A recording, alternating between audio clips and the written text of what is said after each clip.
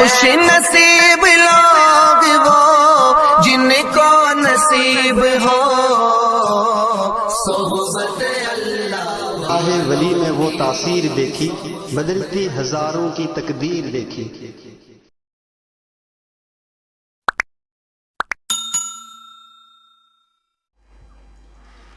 الحمد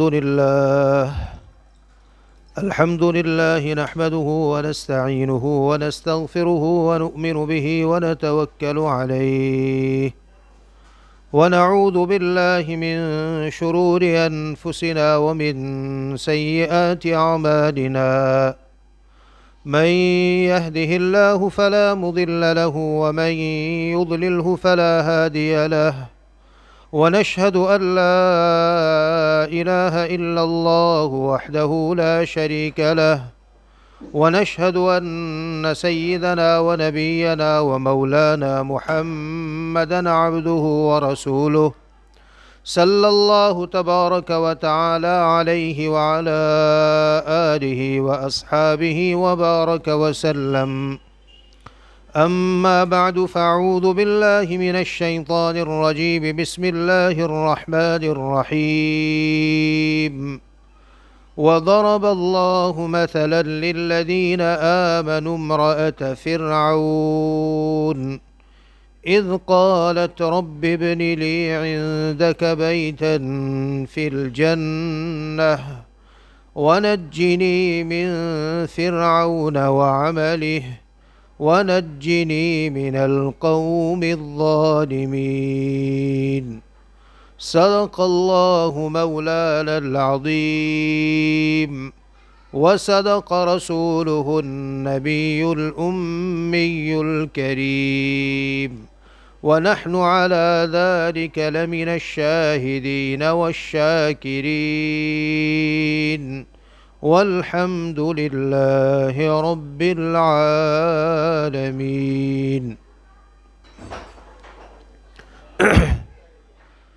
میری محترم دینی بہنوں،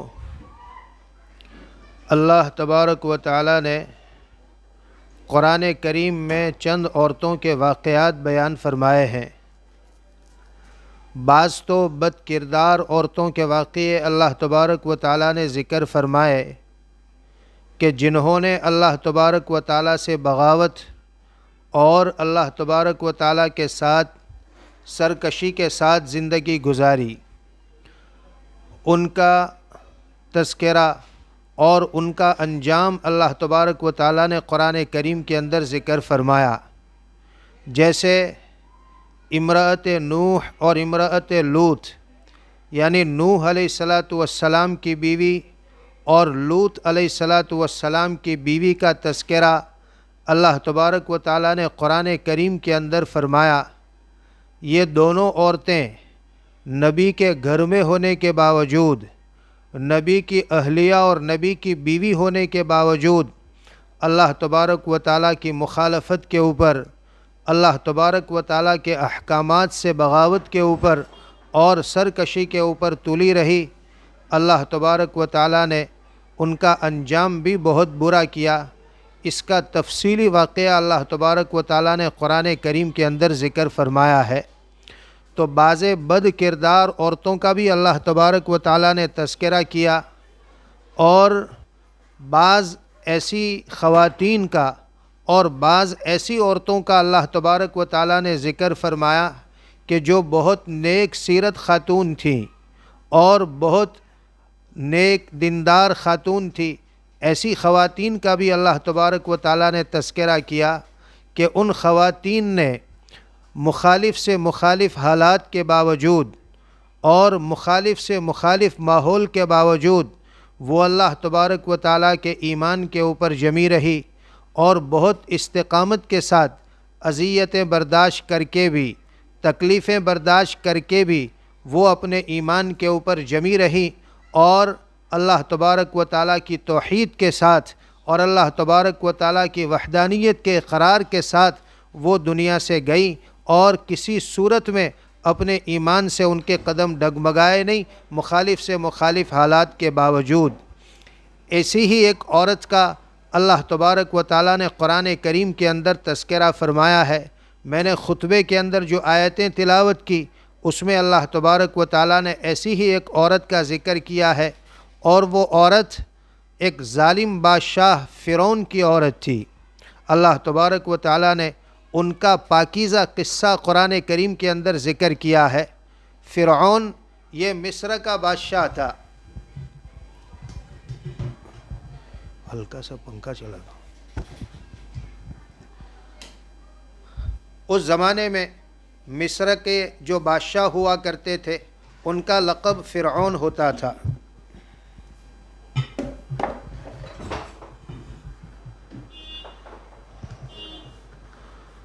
اس زمانے میں مصر کے جو بادشاہ ہوا کرتے تھے ان کا لقب فرعون ہوا کرتا تھا۔ مصر کا جو بھی بادشاہ ہوتا تھا اس کو فرعون کہا جاتا تھا۔ تو مصر پر حکومت کرنے والے مختلف زمانے کے اندر مختلف فرعون گزرے ہیں۔ یہ جس فرعون کا واقعہ اور جس فرعون کی بیوی کا واقعہ اللہ تبارک و تعالیٰ نے قرآن کریم کے اندر ذکر کیا ہے، یہ حضرت موسیٰ علیہ السلام کے زمانے کا فرعون ہے۔ اس کی بیوی کا واقعہ اللہ تبارک و تعالیٰ نے ذکر کیا ہے۔ یہ فرعون بڑا ظالم بادشاہ تھا۔ اللہ تبارک و تعالیٰ نے اس کو بڑے انعامات سے نوازا تھا۔ بہت مال و دولت اللہ تبارک و تعالیٰ نے اس کو مرحمت فرمائی تھی۔ حکومت اللہ تبارک و تعالیٰ نے اس کو دی تھی۔ صحت و تندرستی اللہ تبارک و تعالیٰ نے اس کو دی تھی۔ کتابوں کے اندر لکھا ہے کہ اتنا صحت مند تھا اور ایسی تندرستی اللہ تبارک و تعالیٰ نے اس کو مرحمت فرمائی تھی کہ اس کو کبھی درد سر بھی نہیں ہوا تھا، اس کا سر بھی کبھی دکھا نہیں تھا پوری زندگی میں۔ اللہ تبارک و تعالیٰ نے ایسی صحت اور ایسی تندرستی سے اس کو نوازا تھا۔ ہر طرح کی نعمت اور ہر طرح کے انعام سے اللہ تبارک و تعالیٰ نے اس کو مالا مال کیا تھا، مگر ان نعمتوں پر اللہ تبارک و تعالیٰ کا شکر کرنے کے بجائے ان نعمتوں کی وجہ سے وہ غرور اور گھمنڈ کے اندر آ گیا تھا، اور وہ یوں کہا کرتا تھا اپنے لوگوں سے کہ انا ربکم الاعلی، میں تمہارا سب سے بڑا پروردگار ہوں۔ اس نے چھوٹی چھوٹی مورتیاں گھروں کے اندر دے رکھی تھی اور لوگوں کو کہہ رکھا تھا کہ ان مورتیوں کی پوجا کرو، یہ تمہارے چھوٹے خدا ہے اور تمہارا بڑا خدا میں ہوں۔ قرآن نے اس کا یہ جملہ نقل کیا ہے کہ وہ یوں کہتا تھا انا ربکم الاعلی، کہ میں تمہارا بڑا خدا ہوں۔ تو اس طرح وہ اپنی نعمتوں سے گھمنڈ میں آ گیا، اور اتنا تکبر ان نعمتوں سے، حکومت سے، مال و دولت سے اتنا گھمنڈ اس کے اندر پیدا ہو گیا تھا کہ وہ اپنے آپ کو خدا کہا کرتا تھا اور اپنے آپ کو رب اعلیٰ، سب سے بڑا رب کہا کرتا تھا، اور ظالم بھی بہت زیادہ تھا، اپنے ماتحتوں کے اوپر ظلم بھی بہت زیادہ کیا کرتا تھا۔ اللہ تبارک و تعالیٰ نے حضرت موسیٰ علیہ السلام کو اس کے دربار کے اندر بھیجا تھا کہ جاؤ اس کو اللہ تبارک و تعالیٰ کی عبادت کے لیے سمجھاؤ، اور اس کو کہو کہ اپنی خدائی کو چھوڑے اور اللہ تبارک و تعالیٰ کی عبادت اور اللہ تبارک و تعالیٰ کی بندگی کا راستہ اختیار کرے۔ چنانچہ حضرت موسیٰ علیہ السلام اس کے دربار میں گئے اور اس کو جو ہے اللہ تبارک و تعالیٰ کی وحدانیت کی طرف، اللہ تبارک و تعالیٰ کی توحید کی طرف اس کو بلایا، اور اپنی خدائی چھوڑنے کے لیے حضرت موسیٰ علیہ السلام نے اس کو کہا۔ میری محترم دینی بہنوں، عجیب بات یہ ہے کہ یہی موسیٰ جس نے فرعون کو اس کے دربار میں جا کر اس کی خدائی کے لیے چیلنج کیا اور اس کی خدائی چھوڑنے کے لیے کہا، حالانکہ فرعون کے سامنے اس طرح کی بات کہنا اپنے آپ کو موت کے منہ میں دھکیلنا تھا اور اپنے آپ کے لیے موت کو دعوت دینی تھی۔ حضرت موسیٰ علیہ السلام اللہ تبارک و تعالیٰ کے نبی تھے، اور اللہ تبارک و تعالیٰ کے حکم سے انہوں نے جو ہے فرعون کو چیلنج کیا۔ یہی موسیٰ علیہ السلام جو اس وقت فرعون کی خدائی کو چیلنج کر رہے تھے، ان کا بچپنا فرعون ہی کے محل کے اندر گزرا، اور یہ فرعون ہی کے محل میں جوان ہوئے تھے۔ یہ اللہ تبارک و تعالیٰ کی شان تھی کہ جو موسیٰ بڑے ہو کر کے جو ہے فرعون کی خدائی کو چیلنج کر رہے تھے اور فرعون کو اللہ تبارک و تعالیٰ کی طرف بلا رہے تھے، اس موسیٰ کی پرورش خود فرعون نے کی تھی، اور اسی کے محل کے اندر حضرت موسیٰ علیہ السلام بڑے ہوئے تھے۔ اس کا قصہ بھی قرآن کریم نے جو ہے ذکر کیا ہے کہ حضرت موسیٰ علیہ السلام کیسے جو ہے فرعون کے دربار میں بچپنے کے اندر پہنچے اور کس طریقے سے موسیٰ علیہ السلام فرعون کے شاہی محل کے اندر اس کے بیٹے کی اور اس کے اولاد کی طرح رہے اور پلے بڑھے۔ قرآن کریم نے اس کا تفصیل واقعہ بیان کیا ہے۔ ہوا یہ تھا کہ موسیٰ علیہ السلام کا تعلق جو ہے بنو اسرائیل سے تھا۔ آپ کی جو قوم تھی وہ بنو اسرائیل تھی اور مصر میں رہا کرتی تھی، اور مصر میں جس کی حکومت تھی جس قوم کی، اور فرعون جس قوم سے تعلق رکھتا تھا وہ قوم قبطی کہلاتی تھی۔ قبطی لوگ حکومت کے اوپر تھے، فرعون حکومت کرتا تھا، اور یہ بنو اسرائیل موسیٰ علیہ السلام کا جس قوم سے تعلق تھا وہ جو ہے ان قبطیوں کے یہاں مزدوری کیا کرتی تھی۔ بنو اسرائیل کی عورتیں قبطی لوگوں کے گھروں میں کام کیا کرتی تھی، ان کے برتن وغیرہ مانجتی تھی، اور ان کے جو مرد ہوتے تھے وہ قبطی لوگوں کے کھیتوں کے اندر کام کرتے تھے۔ تو اس طرح بنو اسرائیل سے یہ مزدوری کرایا کرتے تھے۔ فرعون نے ایک مرتبہ خواب دیکھا۔ خواب یہ دیکھا کہ بیت المقدس سے ایک آگ آئی، اور اس آگ نے مصر کے اندر، بیت المقدس فلسطین کے اندر، شام کے اندر ہے، وہاں سے ایک آگ نکلی اور یہاں مصر کے اندر آئی، اور مصر میں آ کر کے اس آگ نے قبطیوں کے گھروں کو جلا دیا، بنو اسرائیل کے گھروں کو اس نے کچھ نہیں کیا۔ وہ آگ جو فلسطین سے بیت المقدس سے آئی اس سے قبطیوں کے مکانات جل گئے اور بنو اسرائیل کے مکانات بچے رہے، بنو اسرائیل کی مکانات کو وہ آگ نہیں لگی۔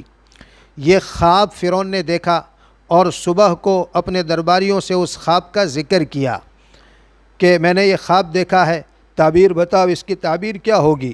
اس کے درباریوں میں تعبیر کے ماہرین بھی تھے، انہوں نے تعبیر بتائی کہ اس کا مطلب یہ ہے کہ بنو اسرائیل کے اندر ایک بچہ پیدا ہوگا جو قبطیوں کو مارے گا اور قبطیوں کی یعنی فرعون کی حکومت چھین لے گا۔ تو فرعون کو اس کا فکر پیدا ہوا، تو فرعون نے اپنے درباریوں سے مشورہ کیا کہ پھر اس کا علاج کیا ہے، کیا کرنا چاہیے کہ ہم اپنی حکومت کو بچا سکیں اور ہماری حکومت محفوظ رہے۔ تو درباریوں نے اور اس کے وزراء نے اس کو مشورہ دیا کہ ایسا کرو کہ بنو اسرائیل کے اندر جب بھی کوئی بچہ پیدا ہو تو اس کو قتل کر دیا جائے، چونکہ خطرہ یہ ہے کہ بنو اسرائیل کے اندر کوئی بچہ پیدا ہوگا وہ جو ہے ہماری حکومت کے لیے آگے چل کر کے خطرہ بنے گا، تو ہم جو ہے ان میں پیدا ہونے والے بچوں کو ہی قتل کرتے رہیں تو یہ خطرہ باقی نہیں رہے گا۔ چنانچہ فرعون نے اس رائے کو پسند کیا اور اپنی پوری حکومت کے اندر اور اپنی پوری مملکت کے اندر یہ حکم نافذ کر دیا کہ بنو اسرائیل کے اندر اب جب بھی کوئی بچہ پیدا ہو تو اسے قتل کر دیا جائے۔ چنانچہ بنو اسرائیل کے اندر جو بچے پیدا ہوتے تھے اس کو قتل کرنا جو ہے فرعون کے لوگوں نے شروع کیا، اور اس طرح ہزاروں بچے بنو اسرائیل کے قتل کر دیے گئے۔ جب بھی کوئی بچہ پیدا ہوتا فرعون کی پولیس اور فرعون کے لوگ وہاں پہنچ جاتے اس گھر میں، اور اس نو مولود بچے کو، نئے پیدا ہونے والے بچے کو موت کے گھاٹ اتار دیتے، قتل کر دیتے تھے۔ ہزاروں بچے اس طرح سے بنو اسرائیل کے قتل ہو گئے۔ جب ہزاروں بچے قتل ہو گئے، کوئی بچہ بچتا ہی نہیں تھا، تو پھر کچھ لوگوں نے فرعون کو توجہ دلائی کہ بھئی اس طرح ہم بنو اسرائیل کے بچوں کو قتل کرتے رہیں گے تو یہ تو ان کی نسل ہی ختم ہو جائے گی، پھر ہمارے یہاں کام کون کرے گا، ہمارے یہاں مزدوری کون کرے گا، ان کی تو نسل ہی ختم ہو جائے گی۔ تو پھر فرعون کو اس کے لیے جو ہے فکر پیدا ہوا کہ یہ بھی فکر کی بات ہے کہ اگر یہ ان کو مار دیا جائے، ان کی نسل کو ختم کر دیا جائے تو آگے چل کر کے یہ قوم ہی ختم ہو جائے گی، تو ہمارے کام کون کرے گا، ہمارے کھیتوں میں مزدوری کون کرے گا، ہمارے گھروں کے اندر کون عورتیں کام کرے گی۔ تو پھر فرعون نے اپنے درباریوں سے مشورہ کیا کہ کیا کرنا چاہیے، تو اس کے درباریوں نے مشورہ دیا کہ ایسا کیا جائے کہ 1 سال تو ایسا رکھا جائے کہ اس سال میں جو بچہ پیدا ہو اس کو قتل کر دیا جائے، اور 1 سال ایسا رکھا جائے کہ اس سال میں جو بچے پیدا ہوں اس کو زندہ چھوڑ دیا جائے، اس کو نہ مارا جائے۔ تو اس سے ایسا ہوگا کہ ان کی تعداد زیادہ بڑھے گی نہیں، ان کی تعداد ہمیشہ کم رہے گی، تو وہ ہمارے لیے خطرہ نہیں بنیں گے، اور ہمارے گھروں کا کام بھی اور ہماری مزدوری کا کام بھی اس کی وجہ سے چلتا رہے گا۔ فرعون کو یہ رائے بہت پسند آئی اور اس نے یہ حکم نافذ کر دیا کہ بھئی 1 سال پیدا ہونے والے بچوں کو قتل کر دیا جائے، اور 1 سال پیدا ہونے والے بچوں کو زندہ چھوڑ دیا جائے۔ چنانچہ ایسا ہی کیا جانے لگا۔ اب اللہ تبارک و تعالیٰ کی شان دیکھیے کہ حضرت موسیٰ علیہ السلام کے بڑے بھائی حضرت ہارون علیہ السلام، حضرت ہارون 1 سال بڑے ہیں حضرت موسیٰ علیہ السلام سے۔ یہ حضرت ہارون پیدا ہوئے اس سال میں جس سال بچوں کو قتل نہیں کیا جاتا تھا، اور پھر دوسرے سال حضرت موسیٰ علیہ السلام کی ولادت ہوئی، یہ وہ سال تھا جس میں بچوں کو قتل کیا جاتا تھا۔ تو اللہ تبارک و تعالیٰ کی شان کہ حضرت موسیٰ علیہ السلام اسی سال میں پیدا ہوئے جس سال میں بچوں کو قتل کیا جاتا تھا۔ جب ان کی پیدائش ہوئی تو حضرت موسیٰ علیہ السلام کی والدہ کو بڑا ڈر لگا کہ اب جو ہے میرے بچے کو قتل کر دیا جائے گا، فرعون کے لوگ گھر آئیں گے اور وہ میرے بچے کو موت کے گھاٹ اتار دیں گے۔ ان کو بڑا فکر ہوا، تو پھر اللہ تبارک و تعالیٰ کی طرف سے ان کے دل میں یہ بات ڈالی گئی، اللہ کی طرف سے ان کو الہام کیا گیا کہ تم جو ہے اپنے بچے کو سمندر کے اندر ڈال دو، کسی صندوق کے اندر، کسی پیٹی کے اندر بند کر کے اس کو جو ہے دریا کے اندر ڈال دو۔ اب دریا کے اندر اپنے بچے کو ڈالنا ایک ماں کے لیے، اپنے نو مولود بچہ جو ابھی ابھی پیدا ہوا ہو، ماں اپنے ہاتھوں سے اس کو صندوق میں بند کرے اور پھر اس کو دریا کے اندر ڈال دے، ایک ماں کا دل کیسے گوارا کر سکتا تھا؟ تو حضرت موسیٰ علیہ السلام کی والدہ کو کچھ تردد ہوا، کچھ پس و پیش ہوا کہ میں اپنے بچے کو کیسے ڈال دوں، اور ساتھ شیطان نے وسوسہ بھی ڈالا موسیٰ علیہ السلام کی والدہ کے دل میں کہ اگر تم صندوق میں بند کر کے اپنے بچے کو سمندر کے اندر ڈال دو گی تو ضرور اس کو سمندر کے جانور کھا جائیں گے اور تم کو اس کا موقع بھی نہیں ملے گا کہ اپنے بچے کی نعش دیکھ سکو یا اپنے ہاتھوں سے اس کو دفن کر سکو۔ اگر گھر میں رکھو گی تو فرعون کے لوگ آ کر قتل کر دیں گے، لیکن بچہ تو تمہارے پاس رہے گا، تم اس کو کفن دے سکو گی اور اس کو اپنے ہاتھوں سے دفن کر سکو گی، اتنا تو ہوگا۔ سمندر کے اندر ڈال دو گی تو اس کی نعش کا کوئی پتہ بھی نہیں رہے گا۔ یہ وسوسہ بھی شیطان نے ڈالا، مگر پھر اللہ تبارک و تعالیٰ کی طرف سے ان کو الہام کیا گیا، اور اس کا ذکر اللہ تبارک و تعالیٰ نے قرآن کریم کے اندر کہا۔ اللہ کی طرف سے کہا گیا لا تخافی ولا تحزنی انا رادوہ الیکی وجاعلوہ من المرسلین۔ اللہ تبارک و تعالیٰ نے کہا اے موسیٰ کی ماں، ڈرو نہیں، کسی طرح کا غم نہ رکھو، اس بچے کو دوبارہ ہم تمہاری طرف لوٹائیں گے۔ یہ بچہ صندوق میں ڈال کر کے تم سمندر میں چھوڑ دو گی، یہ بچہ ضائع ہونے والا نہیں ہے، اس بچے کو کوئی نقصان نہیں پہنچا سکتا، ہم اپنی قدرت سے دوبارہ بچے کو تمہارے پاس لوٹائیں گے، وہ بچہ دوبارہ تمہارے پاس ضرور آئے گا، اور پھر آگے چل کر کے ہم اسے اپنا رسول بنائیں گے۔ 3 وعدے اللہ تبارک و تعالیٰ نے حضرت موسیٰ علیہ السلام کے والدہ سے کیے، لا تخافی ولا تحزنی، تمہیں ڈرنے کی اور تمہیں رنج و غم کرنے کی ہرگز ضرورت نہیں ہے، سارا ڈر اپنے دل سے نکال دو اور سارے رنج و غم اپنے دل سے پھینک دو۔ اور ایسے ہی ہوا، جیسے ہی یہ الہام ہوا موسیٰ علیہ السلام کی والدہ کو، سارا رنج و غم اور سارا ڈر ان کے دل سے نکل گیا۔ دوسرا وعدہ اللہ تعالیٰ نے کیا انا رادوہ الیکی، اس بچے کو ہم دوبارہ تمہاری طرف لوٹائیں گے۔ اب یہ دیکھیے، صندوق میں بند کر کے بہتے ہوئے سمندر کے اندر، بہتے ہوئے دریا کے اندر اس صندوق کو چھوڑا جا رہا ہے۔ کوئی امید کی جا سکتی ہے کہ یہ صندوق واپس آئے گا یا یہ بچہ بڑا ہو کر کے واپس آئے گا؟ کوئی امید نہیں ہو سکتی، لیکن اللہ نے کہا ہم اس کو دوبارہ لوٹائیں گے۔ اور تیسرا وعدہ اللہ تبارک و تعالیٰ نے فرمایا وَجَاعِلُوهُ مِنَ الْمُرْسَلِينَ، اور اس کو آگے چل کر کے ہم رسول بنائیں گے۔ حضرت موسیٰ علیہ السلام کی والدہ نے اللہ تبارک و تعالیٰ کے ان وعدوں پر یقین کیا اور صندوق کو سمندر کے اندر ڈال دیا۔ میری محترم دینی بہنوں، یہاں رک کر کے میں ایک بات عرض کرنا چاہتا ہوں کہ جو بندہ اور جو بندی، جو مرد اور جو عورت اللہ تبارک و تعالیٰ کے وعدوں پر یقین کر کے اس کے حکم کی اطاعت کرتا ہے، اس کے حکم کی فرما برداری کرتا ہے، اللہ تبارک و تعالیٰ اس کو ضرور نوازتے ہیں۔ اللہ تبارک و تعالیٰ کا حکم چاہے ہماری سمجھ میں آئے یا نہ آئے، اللہ تبارک و تعالیٰ کا کوئی حکم چاہے ہماری عقل کے خلاف ہو، چاہے ہماری سمجھ کے خلاف ہو، مگر ہم اس پر عمل کریں کہ اللہ تبارک و تعالیٰ کا حکم ہے، تو پھر اللہ تبارک و تعالیٰ اس پر ضرور نوازتے ہیں، اور اللہ تبارک و تعالیٰ ضرور اس کا بدلہ اس دنیا کے اندر ہی مرحمت فرماتے ہیں۔ دیکھیے موسیٰ علیہ السلام کے والدہ نے اللہ تبارک و تعالیٰ کے کہنے سے اپنے ہاتھوں سے اپنے بچے کو سمندر کے اندر ڈال دیا، اللہ کے وعدوں پر یقین رکھتے ہوئے، تو پھر اللہ تبارک و تعالیٰ نے بھی اپنا وعدہ سچ کر دکھایا۔ اللہ نے جو کہا تھا کہ ہم دوبارہ تمہیں لوٹائیں گے، ایسے ہی ہوا۔ دوبارہ اللہ تبارک و تعالیٰ نے موسیٰ علیہ السلام کو لوٹایا۔ آگے واقعے کی تفصیل میں اس کا ذکر آئے گا، اور پھر آگے چل کر کے اللہ تبارک و تعالیٰ نے موسیٰ علیہ السلام کو رسالت سے اور نبوت سے سرفراز فرمایا۔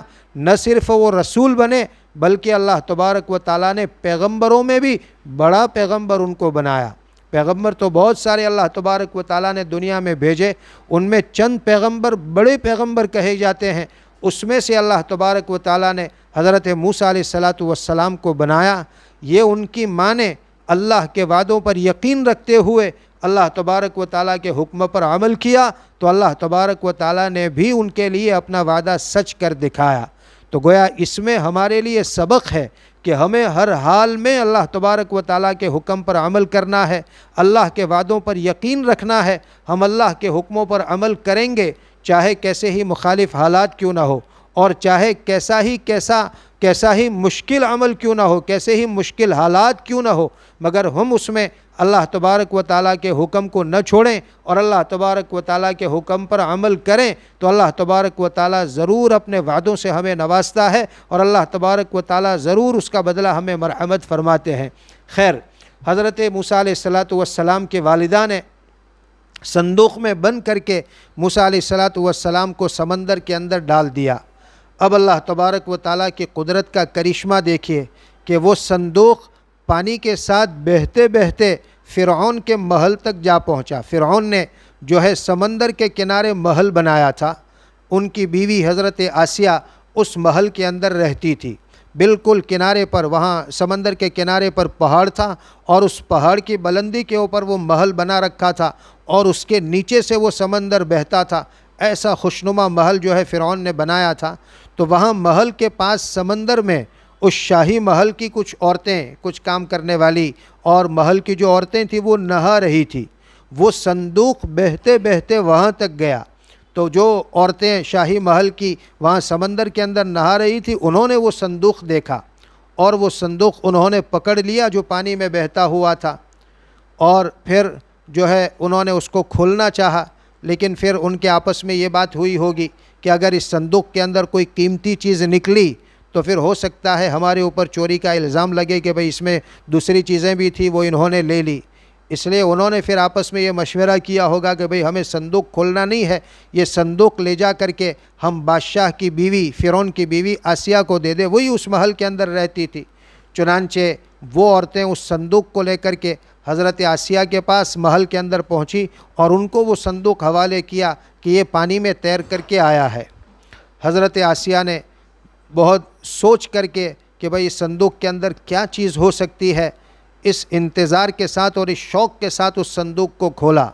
جب صندوق کو کھولا تو وہ حیران رہ گئی کہ اس صندوق کے اندر تو ایک چھوٹا سا حسین و جمیل اور نورانی چہرے والا بچہ ہے۔ وہ دیکھتے ہی رہ گئی کہ کس قدر نورانی چہرے والا بچہ ہے۔ بچہ جب چھوٹا ہوتا ہے، معصوم ہوتا ہے، اور ہر ایک کو اس سے شفقت، ایک چھوٹا بچہ کوئی بھی دیکھتا ہے تو اس سے محبت کرنے لگتا ہے، اس سے پیار کرنے لگتا ہے، اس لیے کہ چھوٹا بچہ معصوم ہوتا ہے اور اس کا چہرہ نورانی ہوتا ہے۔ چونکہ کوئی گناہ نہیں ہوتا نا اس کی زندگی میں، ابھی وہ چھوٹا بچہ ہے، تو اس گناہ کا اثر یہ، اس معصومیت کا اثر یہ ہوتا ہے، اس بے گناہی کا اثر یہ ہوتا ہے کہ اس کا چہرہ نورانی ہوتا ہے، اور اس چہرے کو دیکھ کر ہر کسی کو محبت ہو جاتی ہے۔ ہم اس کا مشاہدہ کرتے ہیں، ہم اس کا تجربہ کرتے ہیں۔ ہم بھی جب کسی بچے کو دیکھتے ہیں تو قدرتی طور پر اس سے پیار آتا ہے، اس سے محبت ہو جاتی ہے، اور ہر کوئی بچے سے جو ہے اپنے پیار اور محبت کا اظہار کرتا ہے، یہ اس کی معصومیت کا نتیجہ ہوتا ہے، اس کے بے گناہ ہونے کا نتیجہ ہوتا ہے۔ ہم لوگ چونکہ گناہوں کے پتلے بنے ہوئے ہیں، قدم قدم پر ہم سے اللہ تبارک و تعالیٰ کی نافرمانی ہوتی ہے، اس لیے لوگ ہم سے نفرت کرتے ہیں، ورنہ بہت سے اللہ والے نیک بندے صلحاء کہ جن کی زندگی کے اندر گناہ نہیں ہوتے، جو اللہ تعالیٰ کی معصیت نہیں کرتے، یا ان سے معصیت اور گناہ ہو جاتے ہیں تو وہ فوراً توبہ کر کے اللہ تبارک و تعالیٰ سے معاف کروا لیتے ہیں۔ ایسے نیک لوگ، ایسے اللہ والے لوگ ان سے کس قدر محبت کرتے ہیں، یہ نتیجہ ہوتا ہے ان کی بے گناہی کا، کہ ان کی زندگی کے اندر گناہ نہیں ہوتے تو پھر ان سے محبت ہو جاتی ہے۔ اور اللہ حدیث پاک کے اندر آتا ہے کہ جب اللہ تبارک و تعالیٰ کسی بندے سے محبت کرتے ہیں، جو بندہ اپنے آپ کو گناہوں سے بچاتا ہے اور گناہ ہو جائے تو توبہ کر کے اللہ تبارک و تعالیٰ سے گناہ کو معاف کروا لیتا ہے، تو ایسے بندے سے اللہ تبارک و تعالیٰ کو پیار ہو جاتا ہے، ایسے بندے سے اللہ تبارک و تعالیٰ محبت کرتے ہیں۔ اور جب کسی بندے سے اللہ تعالیٰ محبت کرتے ہیں تو اللہ تبارک و تعالیٰ آسمان والوں سے کہتے ہیں، حضرت جبرائیل کو کہتے ہیں، وہ آسمان والوں میں آواز لگاتے ہیں کہ اے فرشتو، اللہ تبارک و تعالیٰ زمین پر فلانے بندے سے محبت کرتے ہیں، تم بھی اس سے محبت کرو۔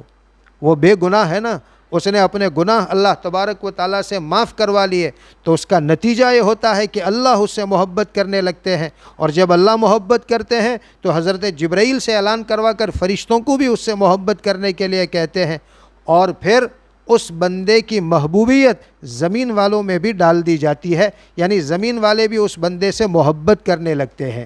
یہ بے گناہی کا اثر ہوتا ہے، بے گناہی کا نتیجہ ہوتا ہے۔ تو میری محترم دینی بہنوں، اس سے ہمیں یہ بھی سبق لینا ہے کہ ہم اللہ تبارک و تعالیٰ کی نافرمانی سے اپنے آپ کو بچائیں، اور جب اللہ تعالیٰ کی نافرمانی ہم سے سرزد ہو جائے تو توبہ کر کے اللہ تبارک و تعالیٰ سے رو دھو کر کے اس گناہ کو اللہ تبارک و تعالیٰ سے معاف کروا لیں۔ یہ محبوبیت کا ذریعہ ہے، اس سے ہم لوگوں کی نگاہوں میں بھی محبوب بن جاتے ہیں، مقبول بن جاتے ہیں، اور ہمیں لوگوں کی طرف سے محبتیں ملتی ہے۔ خیر، وہ بچہ اس صندوق کے اندر نکلا، حضرت آسیہ کو اس بچے کے اوپر بڑا پیار آیا کہ بڑا نورانی چہرے والا بچہ ہے، اور فرعون کی اولاد نہیں تھی۔ یہ بھی اللہ تبارک و تعالیٰ کی شان ہے کہ جو فرعون خدائی کا دعویٰ کرتا تھا، اپنے آپ کو خدا کہتا تھا، اسی کو اولاد نہیں تھی۔ خدا تو دوسروں کو اولاد دیتا ہے، یہ تو اس کے خود کی اولاد نہیں تھی اور اپنے آپ کو خدا کہتا تھا۔ خیر، فرعون کی اولاد نہیں تھی، حضرت آسیہ کے کوئی اولاد نہیں تھی۔ اس بچے کو دیکھ کر کے حضرت آسیہ کو بہت پیار آیا، اور انہوں نے دل میں سوچا کہ اس بچے کو تو ہمیں اپنا بنا لینا چاہیے، اور اپنی اولاد ہمیں اس کو جو ہے بنا لینا چاہیے۔ اب اس صندوق کے اندر بچہ نکلا اور شاہی محل کے اندر پہنچا تو بات تھوڑی دیر میں پھیل گئی۔ چنانچہ جو پولیس قتل پر مامور تھے، جن کے یہ ذمہ داری تھی کہ بنو اسرائیل کا کوئی بچہ ہو تو اس سال کے اندر اس کو قتل کر دیا جائے، پولیس تک یہ بات پہنچی، جو ہے فرعون کے کارندوں تک یہ بات پہنچی۔ فوراً وہ لوگ آ گئے شاہی محل کے اندر اس بچے کو قتل کرنے کے لیے کہ بھئی یہ تو بنو اسرائیل کا بچہ ہے، اسے قتل کرنا ہماری ذمہ داری ہے۔ تو حضرت آسیہ نے یوں کہا کہ تھوڑا رک جاؤ، میں اپنے شوہر سے فرعون سے درخواست کرتی ہوں، اگر وہ معافی دے دے تو ٹھیک ہے، اگر معافی نہ دے تو پھر تم اس کو قتل کر دینا۔ چنانچہ آسیہ جو ہے اس بچے کو لے کر کے فرعون کے پاس، اپنے شوہر کے پاس گئی، اور اپنے شوہر سے یوں کہا، قرۃ عین لی ولک، یہ بچہ میرے اور تمہارے آنکھوں کی ٹھنڈک بنے گا، ہمارے کوئی اولاد نہیں ہے، ہم اس کو اپنا لڑکا بنا لیں تو یہ ہمارے لیے، میرے لیے بھی اور تمہارے لیے بھی آنکھوں کی ٹھنڈک بنے گا۔ قرآن نے اس کو نقل کیا ہے، حضرت آسیہ نے یوں کہا کہ ہذہ قرۃ عین لی ولک، یہ بچہ میرے لیے اور تمہارے لیے آنکھوں کی ٹھنڈک بنے گا، لا تقتلوہ، اس کو قتل نہ کرو، عسیٰ ان ینفعنا، امید ہے کہ یہ ہمیں فائدہ پہنچائے گا، بڑا بنے گا تو ہمارے کام آئے گا، ہمارا سہارا بنے گا بڑھاپے کے اندر، ہم اس کو لڑکا بنا لیں۔ اس طرح فرعون سے کہا، اور فرعون سے اصرار کیا کہ تم کہہ دو اپنے لوگوں سے کہ اس کو قتل نہ کریں، ہم اس کو اپنا بیٹا بنائیں گے۔ تو فرعون نے آسیہ کی بات کو مان لیا، اور جو ہے اپنے لوگوں سے کہا کہ بھئی اس کو قتل نہیں کرنا ہے، اس کو معافی دے دی جاتی ہے، چونکہ میری بیوی اس کو لڑکا بنانا چاہتی ہے۔ فرعون مان گیا آسیہ کی بات کو۔ یہاں بھی میں اپنی بہنوں سے ایک بات کہنا چاہتا ہوں کہ اللہ تبارک و تعالیٰ نے عورت کے اندر منوانے کی صلاحیت رکھی ہے۔ دیکھیے، فرعون جیسا ظالم و جابر بادشاہ، اتنے سخت دل کا بادشاہ کہ جس نے ہزاروں بنو اسرائیل کے بچوں کو قتل کر دیا تھا، بڑا سنگ دل بادشاہ تھا، بڑا جابر و ظالم بادشاہ تھا، اس کا دل جلدی پسیجتا نہیں تھا۔ ایسا شوہر اور ایسا فرعون، اس کو بھی عورت کی بات ماننی پڑی اور عورت کے اصرار اور عورت کی ضد کے آگے اس کو جھکنا پڑا۔ یہ اللہ تبارک و تعالیٰ نے عورت کو یہ صلاحیت دی ہے۔ میری محترم دینی بہنوں، آپ بھی اپنی اس صلاحیت کا استعمال، اپنی ضد اور اپنے اس اصرار کا استعمال دین کے لیے کریں۔ آپ کا شوہر بے نمازی ہے تو اسے سمجھا کر، اسے اصرار کر کے، اس کے سامنے ضد کر کے اس کو نمازی بنائیں۔ آپ کا شوہر اگر داڑھی نہیں رکھتا، آپ اس سے اصرار کریں، اس سے ضد کریں اور اس کو سمجھائیں کہ وہ داڑھی رکھے، نبی کریم صلی اللہ علیہ وسلم کی سنت کو اپنے چہرے کے اوپر بڑھائے۔ آپ میں منوانے کی صلاحیت ہے، وہ آپ کی بات مانے گا اور اس طریقے سے دین کے اوپر آ جائے گا۔ اس کی وضاحت، آپ کے شوہر کی، آپ کے گھر والوں کی وضاحت، ان کے بدنوں کے اوپر اسلامی لباس نہیں ہے، ان کے بدنوں کے اوپر اسلامی علامتیں نہیں ہے، تو آپ ضد کر کے، اصرار کر کے یہ رکھنے کے اوپر ان کو مجبور کریں۔ آپ کو اللہ تبارک و تعالیٰ نے جو صلاحیت دی ہے، اس کا استعمال آپ اللہ تبارک و تعالیٰ کے دین کے لیے کریں، تو اس سے آپ کے گھروں کا ماحول دینداری کا بن جائے گا۔ اللہ تبارک و تعالیٰ نے عورت کو اس سے نوازا ہے۔ عورت میں تو اللہ تبارک و تعالیٰ نے وہ کرشمائی صلاحیت رکھی ہے، اور عورت کو تو اللہ تبارک و تعالیٰ نے ایسی زبردست صلاحیت دی ہے کہ اس کے ذریعے سے نبوت کو بھی سہارا ملا ہے۔ نبی کریم صلی اللہ علیہ وسلم کو بھی جو سہارا ملا ہے وہ عورت کے ذریعے سے ملا ہے۔ یہ بہت تفصیلی واقعہ ہے۔ نبی کریم صلی اللہ علیہ وسلم کو جب اللہ تعالیٰ نے نبوت سے سرفراز فرمایا اور غار حرا میں جب نبی کریم صلی اللہ علیہ وسلم کے اوپر پہلی مرتبہ قرآن اترا اور پہلی وحی آئی اور حضرت جبرائیل نے آپ کو سینے سے لگا کر زور سے دبایا، تو آپ پر بڑی گھبراہٹ طاری ہو گئی تھی، اور جب وہاں سے نکل کر کے نبی کریم صلی اللہ علیہ وسلم گھر تشریف لائے تو آپ صلی اللہ علیہ وسلم بہت کانپ رہے تھے، اور حضرت خدیجہ سے گھر جا کر کے یوں کہا، زملونی زملونی، مجھے کمبل اڑا دو، مجھے کمبل اڑا دو۔ بہت کانپ رہے تھے آپ صلی اللہ علیہ وسلم۔ حضرت خدیجہ نے آپ کو کمبل اڑایا، تھوڑی دیر کے بعد آپ کو افاقہ ہوا، جب آپ کو اچھا لگا، وہ کب کبھی ختم ہوئی، تو نبی کریم صلی اللہ علیہ وسلم نے حضرت خدیجہ کو سارا قصہ سنایا کہ میرے ساتھ غار حرا میں ایسا ایسا ہوا، اور پھر یوں کہا آپ صلی اللہ علیہ وسلم نے کہ مجھے ایسا لگتا ہے کہ میں زندہ نہیں بچوں گا، میں مر جاؤں گا۔ جو واقعہ میرے ساتھ پیش آیا ہے اور جس طرح کی بات میرے ساتھ پیش آئی ہے، اس سے مجھے لگتا ہے کہ میں زندہ رہنے والا نہیں ہوں، میں مر جاؤں گا۔ یعنی گویا ایک طرح کی نا امیدی اور ایک طرح کی گھبراہٹ نبی کریم صلی اللہ علیہ وسلم پر تھی۔ اس وقت حضرت خدیجہ رضی اللہ تعالیٰ عنہ نے جو الفاظ نبی کریم صلی اللہ علیہ وسلم کو تسلی کے کہے، اس سے نبی کریم صلی اللہ علیہ وسلم کو بڑی تسلی ملی اور یہ گھبراہٹ کافی حد تک آپ سے دور ہو گئی۔ حضرت خدیجہ نے یوں کہا کہ نہیں، آپ گھبرائیے مت، آپ نا امید مت ہو جائیے، آپ جیسے شخص کو اللہ تبارک و تعالیٰ کبھی ضائع نہیں کرے گا۔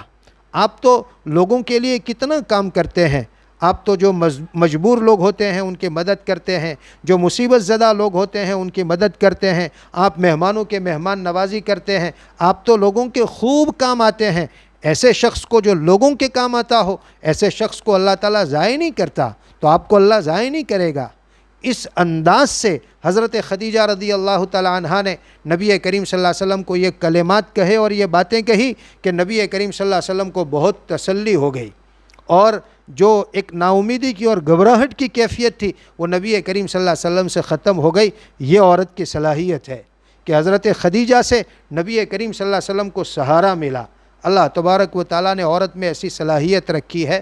تو میری محترم دینی بہنوں، آپ حضرات سے میری یہ درخواست ہے کہ آپ اللہ کی دی ہوئی صلاحیت کا استعمال اپنے گھر کا ماحول دینی بنانے کے اندر کریں۔ آپ اپنے شوہر سے اصرار کریں وہ دین کے مطابق چلے، اللہ تبارک و تعالیٰ کے احکامات کی پابندی کریں۔ وہ نماز نہیں پڑھتا ہے اس کو اصرار کر کے نمازی بنائیں، وہ داڑھی نہیں رکھتا ہے اصرار کر کے اس کے پاس داڑھی رکھوائیں، وہ اسلامی لباس اپنے بدن کے اوپر نہیں پہنتا ہے تو آپ اصرار کر کے ضد کر کے اس کو اسلامی لباس پہنائیں۔ اپنی صلاحیت کا اور اپنے اس اصرار اور ضد کا اپنے گھر کا ماحول دیندار بنانے کے اندر استعمال کرے۔ خیر، بات یہ چل رہی تھی کہ فرعون نے آسیہ کی بات کو مان لیا اور اپنے کارندوں سے کہا کہ بھائی اس بچے کو کی جان بخش دی جائے اور اس بچے کو قتل نہ کیا جائے۔ یہاں حضرات مفسرین نے ایک بات لکھی ہے، بلکہ حدیث پاک میں ہے، حضرت عبداللہ ابن عباس رضی اللہ تعالیٰ عنہما فرماتے ہیں کہ یہ جو ہے آسیہ نے فرعون سے یوں کہا، قرۃ عین لی ولک، یہ بچہ میرے اور تمہارے لیے آنکھوں کی ٹھنڈک بنے گا۔ تو اس کے جواب میں فرعون نے کہا کہ بھئی میں اس کی جان تو بخش دیتا ہوں اور تمہاری آنکھوں کی ٹھنڈک بھلے بنے، لیکن میرے لیے آنکھوں کی ٹھنڈک نہیں ہے، میں تو اس کو مارنا چاہتا ہوں لیکن تمہاری ضد پر اس کو چھوڑ دیتا ہوں تو تمہارے لیے آنکھوں کی ٹھنڈک بنے گا، مجھے اس کی ضرورت نہیں ہے، میرے لیے آنکھوں کی ٹھنڈک نہیں ہے۔ یہ جواب فرعون نے دیا تھا۔ حضرت عبداللہ ابن عباس رضی اللہ تعالیٰ عنہما فرماتے ہیں کہ اگر فرعون بھی اس وقت یہ کہہ دیتا کہ ہاں میرے اور تمہارے لیے آنکھوں کی ٹھنڈک بنے گا تو اللہ تبارک و تعالیٰ آگے چل کر کے اس کو ایمان کی دولت سے نواز دیتا۔ حضرت آسیہ نے کہا تھا، ابھی تو یہ بچے تھے اور ابھی ایمان اور اسلام کی بات نہیں تھی، مگر حضرت آسیہ نے اس وقت کہا حضرت موسیٰ کے متعلق کہ یہ میری آنکھوں کی ٹھنڈک بنے گا، تو پھر آگے چل کر کے اللہ تبارک و تعالیٰ نے انہی کے ذریعے سے حضرت موسیٰ کے ذریعے سے حضرت آسیہ کو اسلام کی دولت سے نوازا۔ اور فرعون نے چونکہ انکار کر دیا کہ میرے لیے آنکھوں کی ٹھنڈک نہیں ہے، اللہ تبارک و تعالیٰ نے اس کو ایمان کی دولت سے محروم رکھا۔ اس لیے میری محترم دینی بہنوں، زبان سے جو بولے آدمی تو وہ بھی سوچ کر کے بولے کہ وہ کیا کلمات اپنی زبان سے نکال رہا ہے۔ جیسے کلمات بولے گا اللہ تبارک و تعالیٰ اس کے مطابق اس کے ساتھ معاملہ کرے گا۔ اس لیے خاص کر ہماری بہنوں کو اس کا خیال رکھنا چاہیے کہ زبان سے جو کلمات نکالے وہ بہت سوچ کر کے نکالے۔ بعض مرتبہ ہماری بہنیں اپنی زبان سے ایسے کلمات نکال دیتی ہے، جیسے بعض مرتبہ اولاد جو ہے کچھ پریشان کرتی ہے، بچے چھوٹے ہوتے ہیں، وہ کچھ تکلیف دیتے ہیں تو ان کے لیے بد دعا کے کلمات زبان سے نکال دیتی ہے۔ بعض مرتبہ قبولیت کا وقت ہوتا ہے، وہی بد دعا بچے کو لگ جاتی ہے اور بچے کی زندگی کے لیے وہ نقصان دہ ثابت ہوتی ہے، پھر خود بھی اس پر پچھتاوا کرتی ہے اور زندگی پر افسوس کرتی ہے۔ تو بولتے وقت دیکھیے حضرت آسیہ نے اپنے لیے آنکھوں کی ٹھنڈک کہا، اللہ نے اس چیز کو ان کے لیے اسلام اور ایمان کا سبب بنا دیا اور ہمیشہ ہمیشہ کے لیے وہ جنتی ہو گئی۔ اور فرعون نے اس کا انکار کیا اور اپنی زبان سے یوں کہا کہ میرے لیے آنکھوں کی ٹھنڈک نہیں ہے، اللہ تعالیٰ نے ایمان کی دولت سے اس کو محروم رکھا اور ہمیشہ ہمیشہ کے لیے اللہ کی ناراضگی کا شکار ہوا اور جہنم کا شکار ہو گیا۔ اس لیے جب اپنی زبان سے کلمات نکالے تو بڑی سوچ سمجھ کر کے وہ کلمات نکالیں۔ ہماری بہنوں میں لعن طعن کی عادت ہوتی ہے، برا بھلا کہنے کی عادت ہوتی ہے، یہ عادت نہیں ہونی چاہیے، اس سے اپنے آپ کو بچانا چاہیے۔ زبان سے نکلے ہوئے کلمات یہ بعض مرتبہ جہنم کی گہرائی کے اندر پہنچا دیتے ہیں اور ہمیں اس کا احساس تک نہیں ہوتا، ہمیں اس کی پرواہ نہیں ہوتی۔ ایک مرتبہ نبی کریم صلی اللہ علیہ وسلم نے عورتوں کے اندر بیان کیا، عورتوں کے اندر تقریر کی۔ عید کا موقع تھا، عید کی نماز کے بعد یا عید کی نماز سے پہلے نبی کریم صلی اللہ علیہ وسلم نے ایک تقریر کی۔ خطبہ تو عید کی نماز میں بعد میں کہا جاتا ہے، مگر آپ نے وعظ کہا عید کے موقع پر۔ نبی کریم صلی اللہ علیہ وسلم کے زمانے میں عورتیں بھی عیدگاہ کے اندر آتی تھی، وہ ایک کونے میں ہوتی تھی مردوں سے دور، اور مرد جو ہے قریب ہوتے تھے نبی کریم صلی اللہ علیہ وسلم کے۔ آپ نے وعظ کہا اور جو ہے آپ صلی اللہ علیہ وسلم نے اس وعظ میں آخرت کے متعلق بہت جو ہے رقت آمیز باتیں کہی، اور پھر آپ صلی اللہ علیہ وسلم نے نماز پڑھائی۔ نماز سے فارغ ہوئے تو آپ صلی اللہ علیہ وسلم کو اس کا اندازہ ہوا کہ میں نے جو تقریر کی یہاں وہ شاید عورتوں کو سنائی نہیں دی، چونکہ عورتیں بہت دور ایک کونے کے اندر تھی۔ تو پھر نبی کریم صلی اللہ علیہ وسلم عورتوں کے مجمع پر تشریف لے گئے وہاں، اور دوبارہ نبی کریم صلی اللہ علیہ وسلم نے عورتوں کے اندر تقریر کی، اور اس تقریر میں آپ صلی اللہ علیہ وسلم نے عورتوں کو خطاب کر کے یوں کہا کہ عورتوں، یا معشر النساء، اے عورتوں کی جماعت، اے عورتوں کی گروہ، تم صدقہ کیا کرو۔ آپ صلی اللہ علیہ وسلم نے عورتوں سے کہا کہ عورتیں صدقہ کیا کریں، عورتوں کو صدقے کی کثرت کرنی چاہیے، اور اس کی وجہ آپ صلی اللہ علیہ وسلم نے بتائی کہ اس لیے کہ میں نے جہنم کے اندر زیادہ تر عورتوں کو دیکھا ہے، مردوں کے مقابلے میں جہنم میں عورتیں زیادہ میں نے دیکھی ہے، اگر وہ جہنم سے اور آگ سے بچنا چاہتی ہے تو ان کو صدقہ کرنا چاہیے، وہ صدقہ کرے گی تو جہنم سے بچے گی۔ کسی عورت نے پوچھا اللہ کے رسول صلی اللہ علیہ وسلم ایسا کیوں، عورتیں جہنم کے اندر زیادہ کیوں؟ نبی کریم صلی اللہ علیہ وسلم نے اس کی 2 وجہ بتائی ان کو کہ عورتیں جہنم میں زیادہ اس لیے ہے کہ تکثرن اللعن و تکفرن العشیر، وہ لعن طعن بہت کرتی ہے، برا بھلا اپنی زبان سے بہت بولتی ہے، اور اپنے شوہر کی ناشکری بہت کرتی ہے۔ 2 باتیں ان میں ہے، لعن طعن بہت کرتی ہے، برا بھلا کہنا، بات بات میں اپنی اولاد کو جو ہے اپنے پڑوسیوں کو بات بات میں جھگڑنا، برا بھلا کہنا، یہ چیز ان کے اندر زیادہ ہے، اور شوہر کی ناشکری بہت ہے۔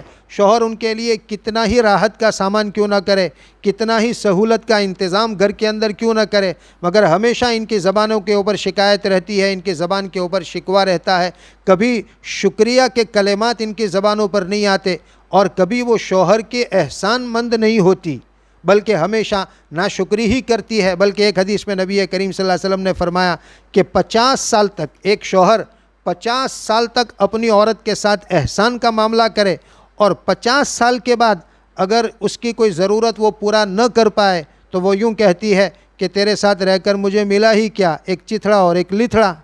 50 سال اس پر احسان کرتا رہا اور ایک ضرورت اس کی پوری نہیں ہوئی تو 50 سال کے احسان پر پانی پھیر دیتی ہے۔ یہ نبی کریم صلی اللہ علیہ وسلم نے فرمایا۔ تو جہنم میں جانے کی 2 وجہ آپ نے بتلائی، لعن طعن بہت زیادہ اور شوہر کی ناشکری بہت زیادہ۔ یہ اگر عورت نہ کرے تو اللہ تبارک و تعالیٰ ان کو جنت کے اندر پہنچائے گا۔ بہرحال عرض مجھے یہ کرنا ہے کہ بہت سوچ کر کے باتیں اپنی زبان سے نکالنی چاہیے۔ ایک چھوٹا سا کلمہ ہوتا ہے، اللہ کو پسند آ جاتا ہے، اللہ اس کی وجہ سے اس کے لیے جنت کا فیصلہ کر دیتا ہے، اور ایک چھوٹا سا کلمہ ہوتا ہے، اللہ تعالیٰ اس سے ناراض ہو جاتے ہیں اور اس کو محروم فرما دیتے ہیں، اور ہمیشہ ہمیشہ کی جہنم اس کے لیے طے فرما دیتے ہیں، جیسے فرعون اور آسیہ کے قصے میں ہوا۔ آسیہ نے اچھی بات کہی، اللہ تبارک و تعالیٰ نے اسلام سے ان کو نواز دیا، اور فرعون نے ایک غلط بات کہی، اللہ تبارک و تعالیٰ نے ہمیشہ کے لیے اس کو ایمان سے محروم کر دیا۔ خیر، موسیٰ علیہ السلام کو معافی دے دی گئی اور آسیہ نے ان کو اپنا بیٹا بنا لیا۔ پھر جب لمبا قصہ ہے، مختصر یہ کہ موسیٰ علیہ السلام شاہی محل کے اندر پلے بڑھے، اور پھر آگے چل کر کے کوئی واقعہ پیش آیا تو انہوں نے شاہی محل کو چھوڑ دیا۔ جب جوان ہوئے کوئی ایسی بات پیش آئی جس کی وجہ سے وہ شاہی محل چھوڑ کر کے چلے گئے، پھر وہ کسی جگہ گئے، ان کی شادی ہوئی، اور پھر اللہ تبارک و تعالیٰ نے ان کو پیغمبری مرحمت فرمائی، اور اللہ تبارک و تعالیٰ نے جب حضرت موسیٰ علیہ السلام کو نبی بنایا تو پھر اللہ تبارک و تعالیٰ نے حضرت موسیٰ سے کہا کہ اب جاؤ فرعون کے دربار میں، اور اس کو جا کر کے اللہ تبارک و تعالیٰ کی توحید کی دعوت دو کہ یہ اپنی خدائی چھوڑو اور اللہ تبارک و تعالیٰ کی عبادت اور بندگی کرو، یہ جا کر کے فرعون کو کہو۔ چنانچہ حضرت موسیٰ علیہ السلام اپنے بھائی حضرت ہارون علیہ السلام کو لے کر کے فرعون کے دربار میں پہنچتے ہیں، اور فرعون کو اللہ تبارک و تعالیٰ کی وحدانیت کی دعوت دیتے ہیں۔ تو پھر فرعون یہ کہاں ماننے والا تھا، وہ تو جو ہے بہت غرور اور گھمنڈ میں تھا، اور اس نے تو خدائی کا دعویٰ کر رکھا تھا، کہاں موسیٰ علیہ السلام کی بات کو مانتا۔ ماننے کے بجائے اس نے کہا کہ یہ جادوگر معلوم ہوتا ہے، چونکہ موسیٰ علیہ السلام نے اپنے عصا کا، اپنی لاٹھی کا معجزہ بھی وہاں دکھایا تھا، اپنی نبوت کی دلیل کے طور پر کہ میں اللہ کا نبی ہوں اور اللہ تبارک و تعالیٰ نے یہ لاٹھی کا معجزہ مجھے دیا ہے۔ تو جب لاٹھی کا معجزہ دکھایا تو کہا کہ ہاں یہ تو جادوگر ہے اور بڑا جو ہے جادو کے اندر ماہر ہے۔ تو اس نے جو ہے اپنے ملک میں اعلان کر دیا کہ جتنے جادوگر ہیں وہ آ جائیں اور ان سے مقابلہ کریں اور ان کے جادو کو جو ہے ختم کریں، اس کے جادو کو لوگوں کے سامنے ظاہر کرے کہ یہ جو کچھ کرتا ہے وہ جادو کے ذریعے سے کرتا ہے۔ چنانچہ پورے ملک کے اندر اعلان کر دیا گیا، جادوگر سارے جمع ہو گئے، لوگوں کے اندر بھی اعلان کر دیا گیا کہ فلاں دن جو ہے مقابلہ ہوگا، سارے لوگ جمع ہو جائے۔ وَأَن يُحْشَرَ النَّاسُ ضُحًى، قرآن نے یہ سارا واقعہ بڑی تفصیل کے ساتھ ذکر کیا ہے۔ مختصر یہ کہ جادوگروں کے ساتھ مقابلہ ہوا، وہ جادوگر رسیاں لے کر کے آئے تھے، موسیٰ علیہ السلام نے کہا پہلے تم ڈالو، انہوں نے وہ رسیاں ڈالی تو وہ سارے سپولیے ہو گئے وہ رسی سپولیے بن گئے اور پورے میدان کے اندر سپولیے دوڑنے لگے۔ موسیٰ علیہ السلام نے اپنی لاٹھی ڈالی تو وہ اژدہا بن گیا، بڑا سانپ بن گیا اور سارے سپولیوں کو نگل گیا۔ کھلے عام موسیٰ علیہ السلام کی جیت ہوئی، اس لیے کہ وہ تو جادو نہیں تھا، حقیقت تھی، معجزہ تھا۔ سارے جادوگر ہار گئے اور جادوگر بھی سمجھ گئے کہ یہ جادوگر نہیں ہے موسیٰ، وہ تو جادو جانتے تھے، اس لیے وہ سمجھ گئے کہ یہ جادو نہیں ہے، تو یہ واقعی اللہ تبارک و تعالیٰ کی طرف سے دیا ہوا معجزہ ہے۔ وہیں سب کے سامنے جادوگروں نے کلمہ پڑھ لیا۔ اب جادوگروں نے کلمہ پڑھا تو ایک شور ہو گیا، اور جو ہے فرعون نے بھی ان کو دھمکی دی کہ تم نے کیسے موسیٰ کے خدا کو خدا مان لیا، خدا تو میں ہوں، اگر نہیں جو ہے پھرو گے اور نہیں مجھے خدا مانو گے میں تمہیں سولی کے اوپر لٹکا دوں گا۔ خیر وہ سارے جادوگر ایمان لائے، اور اسی موقع پر حضرت آسیہ بھی ایمان لے آئی، جو فرعون کی بیوی تھی، وہ بھی موسیٰ علیہ السلام پر ایمان لے آئی۔ یہ اس کا نتیجہ تھا کہ بچپن میں اس نے کہا تھا کہ یہ ہمارے آنکھوں کی ٹھنڈک بنے گا ایک نبی کے لیے، چونکہ یہ بچہ تو آگے چل کر کے نبی بننے والا تھا، اس نبی کے لیے اچھے کلمات حضرت آسیہ نے کہے تھے، تو اللہ تبارک و تعالیٰ نے آگے چل کر کے ان کو ایمان کی دولت سے نوازا۔ حضرت آسیہ مسلمان ہو گئی۔ اب حضرت آسیہ مسلمان ہوئی تو فرعون کو ذرا بھی اچھا نہیں لگا۔ آسیہ سے وہ بہت محبت کرتا تھا، اپنی بیوی سے بہت محبت کرتا تھا، اس کے لیے وہ سمندر کے کنارے پہاڑیوں کے اوپر اس نے سونے کا محل بنایا تھا، سارا محل جو بنا تھا وہ سونے کا تھا، آسیہ کے لیے بنایا تھا، اور اپنی اس بیوی سے بہت محبت کرتا تھا۔ لیکن جب وہ ایمان لے آئی موسیٰ علیہ السلام کے اوپر تو یہ اپنی بیوی کا دشمن بن گیا، اور اس نے کہا تم نے کیسے موسیٰ کے خدا کو خدا مان لیا، خدا تو میں ہوں، اور اگر تم مجھے خدا نہیں مانو گے تو میں تمہیں اذیتیں دے دے کر کے مار ڈالوں گا۔ اس طرح اس نے دھمکی دی، لیکن حضرت آسیہ نے کہا کہ میں تو موسیٰ کے خدا کو ہی خدا مانوں گی، ایک اللہ ہی کی عبادت کروں گی۔ وہ جمی رہی اپنے ایمان کے اوپر۔ بہت اذیتیں دی فرعون نے، بہت تکلیفیں دیتا تھا اور بہت ان کو اذیت پہنچاتا تھا، اور ان کو اس بات کے اوپر مجبور کرنے کی پوری کوشش کرتا تھا کہ وہ اپنے ایمان سے برگشتہ ہو جائے اور فرعون کو خدا تسلیم کر لے۔ مگر حضرت آسیہ اپنے ایمان کے اوپر جمی رہی، اتنی اذیتوں کے باوجود، اتنی تکلیفوں کے باوجود بھی ذرا بھی اپنے ایمان سے ڈگمگائی نہیں۔ یہ فرعون نے دیکھا کہ کسی طرح ماننے والی نہیں ہے، تو ایک دن ایسا کیا کہ اس نے گھر سے باہر حضرت آسیہ کو نکلوایا، اور سخت گرمی کا زمانہ تھا، زمین اور ریت بالکل تپی ہوئی تھی، اس ریت کے اوپر، گرم گرم ریت کے اوپر انہیں لٹا دیا، اور لٹانے کے بعد ان کے دونوں ہاتھ کھلوائے، دونوں ہاتھ چوڑے کیے، اور ہتھیلی کے اندر میخیں، کیلیں گاڑ دیں دونوں ہتھیلی کے اندر، اور دونوں پاؤں کے اندر بھی جو ہے کیل اور کھیلی ٹھوک دی۔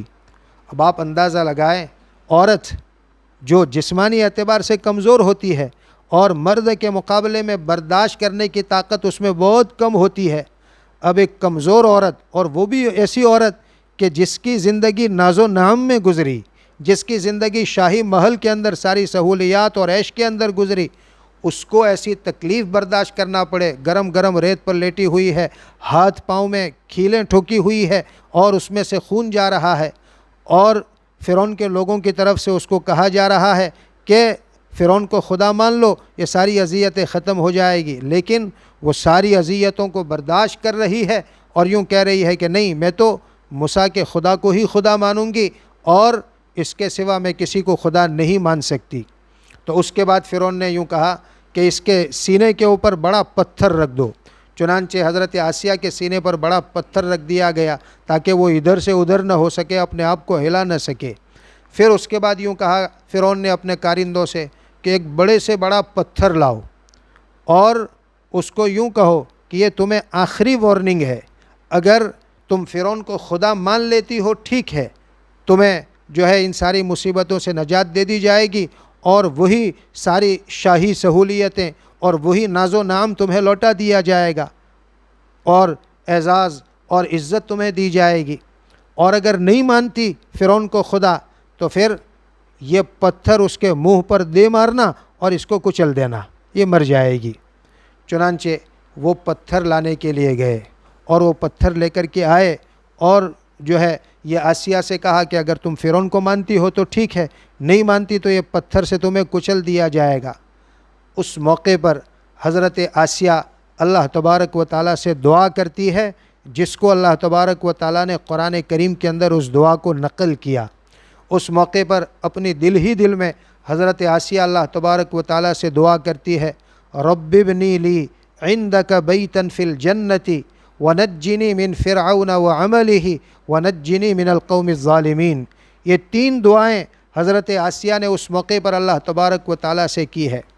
آپ حضرت آسیہ کی ایمان پر استقامت دیکھیے۔ اللہ تبارک و تعالیٰ نے یہ واقعہ قرآن کریم کے اندر اسی لیے ذکر کیا، اللہ نے یہ کہہ کر ذکر کیا، ضرب اللہ مثلا للذین آمنوا، ایمان والوں کے لیے اللہ تبارک و تعالیٰ نے، ایمان والوں کی تسلی کے لیے اللہ تبارک و تعالیٰ نے امرأت فرعون کی بیوی کا قصہ بیان کیا، تاکہ ایمان والے اس سے سبق حاصل کریں کہ ان پر کیسے ہی مخالف حالات کیوں نہ آ جائے، وہ اپنے ایمان کے اوپر جمے رہیں، اپنی ایمان کے اوپر استقامت سے رہے۔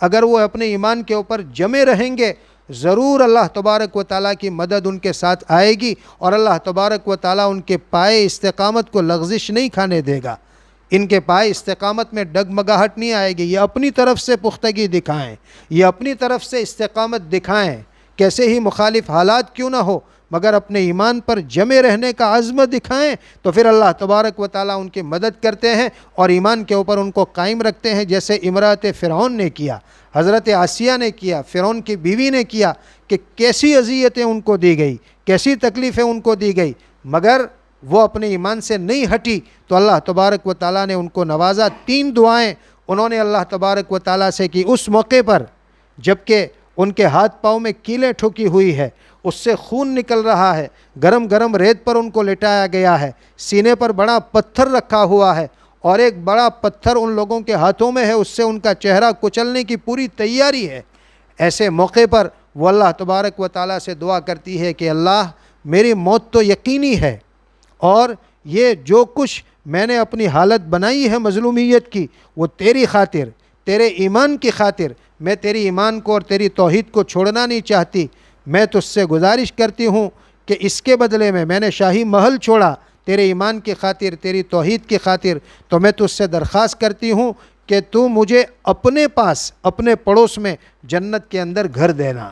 یہ پہلی دعا کی، رب ابنی لی عندک بیتن فی الجنہ، پروردگار اپنے پاس میرے لیے جنت میں گھر دینا۔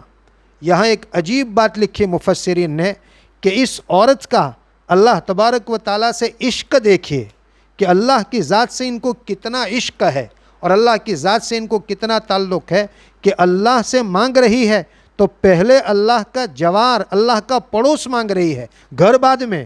رب ابنی لی عندک بیتن، عندک کے معنی یہ اللہ اپنا پڑوس مجھے دیجئے، یعنی ایسا گھر دیجئے جو تیرے پڑوس میں ہو۔ لفظ جو ہے وہ اب پڑوس کا پہلے استعمال کیا، گھر کا لفظ دعا میں بعد میں استعمال کیا، یعنی پہلے اللہ کا پڑوس مانگا، اس کے بعد گھر مانگا۔ اللہ کی ذات سے کیسا عشق اور تعلق تھا اس عورت کو کہ اللہ تبارک و تعالیٰ کا جوار پہلے مانگ رہی ہے، پڑوس پہلے مانگ رہی ہے، اور گھر اللہ تبارک و تعالیٰ سے بعد میں مانگ رہی ہے۔ روایتوں میں ہے کہ اسی وقت جس وقت وہ یہ دعا کر رہی ہے، اب چند لمحوں میں ان کی موت ہونے والی ہے اور یہ دعا اللہ سے کر رہی ہے، اسی وقت اللہ کی طرف سے جنت میں ان کا محل ان کو دکھلا دیا گیا۔ اللہ کی طرف سے فرشتے وہ گھر لے کر کے آئے، اور انہوں نے اس دنیا کے اندر، مفسرین نے لکھا ہے یہ واحد عورت ہے، دنیا کی اکیلی عورت ہے کہ جس کو جنت کا گھر اسی دنیا کے اندر دکھا دیا گیا۔ کوئی اس دنیا میں ایسا نہیں، اللہ تعالیٰ نے اس دنیا میں زندگی میں ان کو جنت کا محل دکھا دیا، جنت کا گھر دکھا دیا۔ یہ ایمان پر استقامت کا نتیجہ تھا۔ جس طرح کی استقامت کا انہوں نے مظاہرہ کیا اور کسی حال میں اپنے ایمان کو نہ چھوڑا، اس کا بدلہ اللہ تبارک و تعالیٰ نے ان کو یہ دیا کہ جنت کا گھر اس دنیا کے اندر اللہ تبارک و تعالیٰ نے ان کو دکھلا دیا۔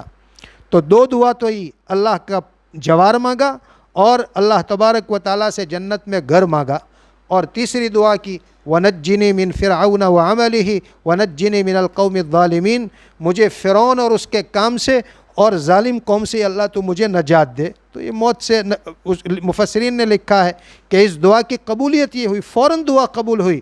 وہ پتھر لے کر کے کھڑے تھے ان کا چہرہ کچلنے کے لیے، ادھر انہوں نے اللہ تعالیٰ سے یہ دعا کی، وہ پتھر مارے اس سے پہلے ان کے روح قبضہ ہو گئے، اللہ نے نجات دے دی ان کو۔ وہ پتھر مار نہیں پائے، پتھر سے موت نہیں ہوئی، اللہ تبارک و تعالیٰ نے ان کی روح قبض کر لی اور ان کی موت ہو گئی۔ تو فوری طور پر اتنی جلدی ان کی دعا اللہ تبارک و تعالیٰ نے قبول فرمائی، یہ کہ جنت کا محل ان کو اسی وقت دکھلا دیا گیا، اور وہ نجات مانگ رہی تھی، اللہ نے فوری نجات دے دی، وہ پتھر نہیں مار پائے، ان کی روح قبضہ کر لی گئی اور وہ دنیا سے چلی گئی۔ تو یہ ایمان پر استقامت کا نتیجہ تھا، اور حضرات مفسرین نے لکھا ہے کہ اللہ تبارک و تعالیٰ نے ان کو کیسے انعام سے نوازا اور کیسا بدلہ اللہ تبارک و تعالیٰ نے ان کو دیا، کہ جب جنتی جنت کے اندر پہنچ جائیں گے، قیامت قائم ہو جائے گی، دنیا ختم ہو جائے گی، پھر میدان محشر میں حساب و کتاب کا معاملہ ہو جائے گا، جہنمی جہنم کے اندر پہنچ جائیں گے، جنتی جنت کے اندر پہنچ جائیں گے، ساری چیزیں ہو جائے گی۔ تو اس کے بعد وہاں جنت میں ایک پروگرام منعقد ہوگا، ایک مجلس منعقد ہوگی، اور اس مجلس میں اللہ تبارک و تعالیٰ خود حضرت آسیہ کا نکاح نبی کریم صلی اللہ علیہ وسلم سے کرائیں گے۔ اللہ تبارک و تعالیٰ وہاں جنت کے اندر ان کو یہ بدلہ دیں گے، انہوں نے اپنی ایمان کی خاطر جو تکلیفیں سہی اور جو ایمان کے اوپر استقامت کا اور ایمان کے اوپر جمے رہنے کا مظاہرہ کیا، اس کا صلہ اور اس کا بدلہ اللہ تبارک و تعالیٰ یہ دیں گے کہ وہاں جنت میں نبی کریم صلی اللہ علیہ وسلم کے ساتھ ان کی شادی کرائیں گے، ان کا نکاح کرائیں گے۔ اتنا عظیم الشان بدلہ اللہ تبارک و تعالیٰ ان کو مرحمت فرمائیں گے۔ اللہ تبارک و تعالیٰ نے یہ واقعہ قرآن کریم کے اندر حضرت آسیہ کا ذکر کیا ایمان والوں کے لیے نمونے کے طور پر، کہ ایمان والے اس واقعے سے سبق حاصل کریں کہ اللہ تبارک و تعالیٰ نے ان کو جو ایمان کی دولت مرحمت فرمائی ہے، یہ ایمان کی دولت اس کائنات کی سب سے بیش قیمت دولت ہے، کسی قیمت پر اس ایمان سے سبک دوشی نہیں ہو سکتی ہے، اور کسی قیمت پر اس ایمان کو چھوڑا نہیں جا سکتا ہے۔ دیکھیے حضرت آسیہ نے کتنی تکلیفیں برداشت کی، کتنے ناز و نام کے اندر وہ رہتی تھی، سونے کے محل کے اندر رہتی تھی، ساری شاہی سہولیات ان کے لیے تھی، اپنی ساری زندگی انتہائی عیش کے اندر انہوں نے گزاری تھی، مگر جب انہوں نے ایمان قبول کیا تو پھر ایمان کو کسی قیمت پر انہوں نے نہیں چھوڑا، شاہی محل ان کو چھوڑنا پڑا، ساری شاہی سہولیات ان کو چھوڑنی پڑی، بے شمار اذیتیں برداشت کرنی پڑی، بے شمار تکلیفیں برداشت کرنی پڑی، لیکن وہ کسی قیمت پر ایمان سے سبک دوش ہونے کے لیے تیار نہیں ہوئی، ایمان کو انہوں نے نہیں چھوڑا۔ تو پھر اللہ تبارک و تعالیٰ نے بھی ان کے ساتھ عجیب و غریب معاملہ کیا، اور اللہ تبارک و تعالیٰ نے بھی عجیب و غریب انعامات سے ان کو نوازا۔ جنت کا ان کا محل ان کی زندگی کے اندر اللہ تبارک و تعالیٰ نے دکھلا دیا، اور وہاں قیامت میں جنت میں اللہ تبارک و تعالیٰ نبی کریم صلی اللہ علیہ وسلم کے ساتھ ان کا نکاح کرائیں گے۔ ایسا عظیم الشان صلہ اور بدلہ اللہ تبارک و تعالیٰ ان کے ایمان پر استقامت کا انہیں مرحمت فرمائیں گے۔ تو یہ واقعہ نمونے کے طور پر، یہ واقعہ عبرت کے طور پر اللہ تبارک و تعالیٰ نے قرآن کریم کے اندر ذکر کیا ہے۔ میری محترم دینی بہنوں، ہمیں اس واقعے سے عبرت حاصل کرنے کی اور سبق لینے کی ضرورت ہے کہ ہمیں اپنے ایمان سے کسی حال میں سبک دوش نہیں ہونا چاہیے۔ ایمان بہت قیمتی دولت اللہ تعالیٰ نے مرحمت فرمائی ہے، ایمان جیسی کوئی دولت اس کائنات کے اندر نہیں ہو سکتی جو اللہ تبارک و تعالیٰ نے ہمیں اپنے فضل سے مرحمت فرمائی ہے۔ ہم سب کچھ چھوڑ سکتے ہیں، ہم سب کچھ چیز کی قربانی دے سکتے ہیں، مگر ہم اپنے ایمان کو نہیں چھوڑ سکتے، اپنے ایمان کی کسی حال کے اندر قربانی نہیں دے سکتے۔ دیکھیے حضرات صحابہ نے مکی زندگی کے اندر کیسی کیسی تکلیفیں برداشت کی، کیسی کیسی اذیتیں برداشت کی۔ حضرت بلال کو گرم گرم ریت پر لٹایا جاتا، ان کے پیٹھ کی چمڑی جو ہے پگھل جاتی تھی، اور جو چربی نیچے گرتی تھی اس سے وہ ریت ٹھنڈا ہو جاتا تھا، اور کفار یہ چاہتے تھے کہ تم ایمان چھوڑ دو، اسلام چھوڑ دو، ہم تمہیں یہ اذیتیں نہیں دیں گے، مگر وہ اذیتیں برداشت کرتے تھے اور یوں کہتے تھے احد احد، اللہ ایک ہے، اللہ ایک ہے، اللہ میں کہ ذات و صفات میں کوئی شریک نہیں ہو سکتا۔ اذیتیں برداشت کرتے تھے مگر اپنا ایمان وہ چھوڑتے نہیں تھے۔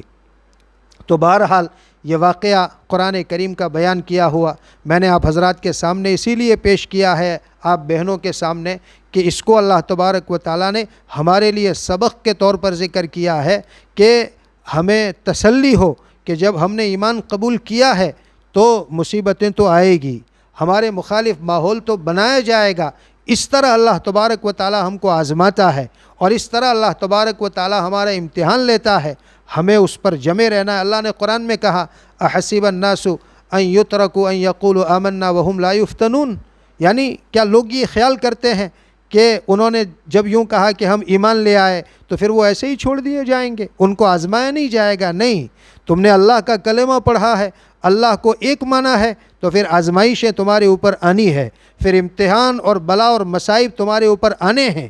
ان امتحانات سے، ان بلا اور مصائب سے اللہ تعالیٰ تمہیں آزماتا ہے۔ اللہ تبارک و تعالیٰ کی آزمائش میں کھرے اترو گے تو پھر اللہ تبارک و تعالیٰ کی طرف سے جو بدلے صلے ہوں گے اس کا تم اندازہ نہیں لگا سکتے۔ تو جب کلمہ پڑھا ہے، جب ایمان ہمارے پاس ہے، تو اس ایمان کی وجہ سے آزمائشیں تو ہمارے اوپر آنی ہے، مصیبتیں تو آنی ہے، مخالف ماحول تو بننا ہے، ہمارے خلاف ماحول بنایا جائے گا۔ اس طرح اللہ تبارک و تعالی ہماری استقامت کو آزماتا ہے۔ اگر ہم اس امتحان میں کھرے اتر جاتے ہیں اور اپنے ایمان کو بچا لیتے ہیں تو پھر اللہ کی طرف سے جو نوازش کا سلسلہ ہمارے ساتھ ہوگا ہم اس دنیا میں رہتے ہوئے تصور نہیں کر سکتے۔ اللہ تبارک و تعالی ہمیں توفیق سے نوازے اور اپنے ایمان کی قدر کرنے کی اور اس کی حفاظت کرنے کی اللہ تبارک و تعالی ہمیں توفیق عطا فرمائے۔ ہمیں اللہ تبارک و تعالی سے ہر وقت اپنے ایمان کی حفاظت کی دعا مانگتے رہنا چاہیے۔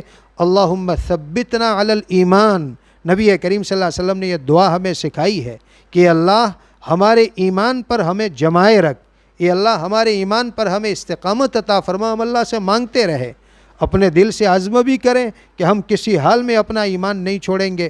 اور ایمان کا مطلب ہے اللہ کی اطاعت پر اپنے آپ کو جمائے رکھنا، اللہ تبارک و تعالیٰ کے احکامات کی فرما برداری کرنا۔ ہم اللہ کے احکامات کی اطاعت کریں گے، ہمارا ایمان مضبوط ہوتا رہے گا۔ اگر ہم نافرمانی کریں، اللہ تبارک و تعالیٰ کے احکامات کی خلاف ورزی کریں تو اس سے ہمارا ایمان کمزور ہو جاتا ہے۔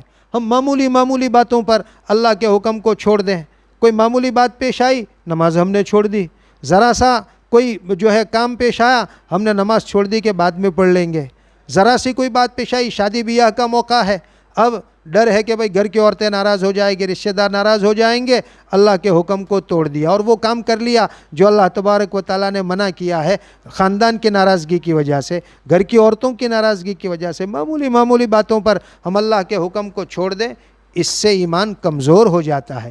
ہم کسی حال میں اللہ تعالیٰ کی اطاعت نہ چھوڑیں، اللہ تبارک و تعالیٰ کے حکم کی ہر حال میں فرما برداری کریں۔ بھئی نماز کا وقت ہے، چاہے کوئی بات پیش آ جائے، ہمیں نماز نہیں چھوڑنی ہے، وہ کام چھوڑ دیں، ہم نماز پڑھ لیں۔ اس طرح اگر ہم کرتے ہیں اللہ کے احکام کی اطاعت تو اس سے ہمارا ایمان مضبوط سے مضبوط تر ہوتا جاتا ہے۔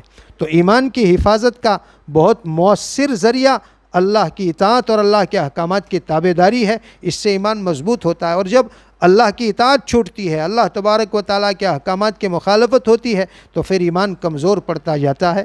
تو اللہ کی اطاعت کو لازم پکڑیں اور ساتھ ساتھ اللہ تبارک و تعالیٰ سے اپنے ایمان کی حفاظت مانگتے رہا کریں، یہ دعا پڑھتے رہا کریں۔ یہ نبی کریم صلی اللہ علیہ وسلم کی سکھلائی ہوئی دعا ہے، اللہم ثبتنا علی الایمان، کہ اللہ ایمان پر ہمیں ثابت قدم رکھ۔